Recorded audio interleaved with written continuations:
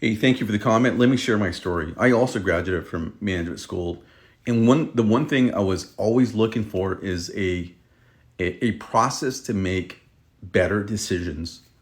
And what happened was I was searching throughout the years. I became a supervisor, manager, director in all these different organizations. But at the very beginning, no one made it very clear or very simple about what I needed to do. Like anything else, thrown to the wolves and figure it out. Unfortunately, us as managers or leaders, we have to figure it out on our own. And when we make those decisions, it impacts employees and it impacts the organization. So once I figured out how this works, how this whole system works around management, then I was able to execute more consistently and drive results for not only myself, but for other organizations. And I've worked with many organizations as a consultant. Now, that being said, I don't think there's any specific book that teaches you this system. Because the reality in a lot of management courses or management colleges, they talked about case studies, some practicality, microeconomics, macro, all those different things. But none of that applies when you're leading people and you're trying to drive results in an organization. So it has to be very practical. The first thing I definitely recommend is go to Gallup.com, download the State of the American Manager, and read that 72-page report. Read everything about it. That's going to give you some insight of what the current state is of American managers. And that's going to tell you 9 out of 10 managers are not properly trained.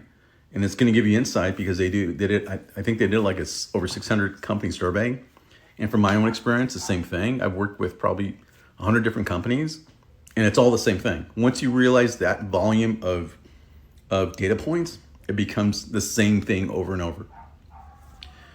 And what the issues are is that they don't understand fundamentals. One, they don't understand fundamentals, and they don't understand how the system works.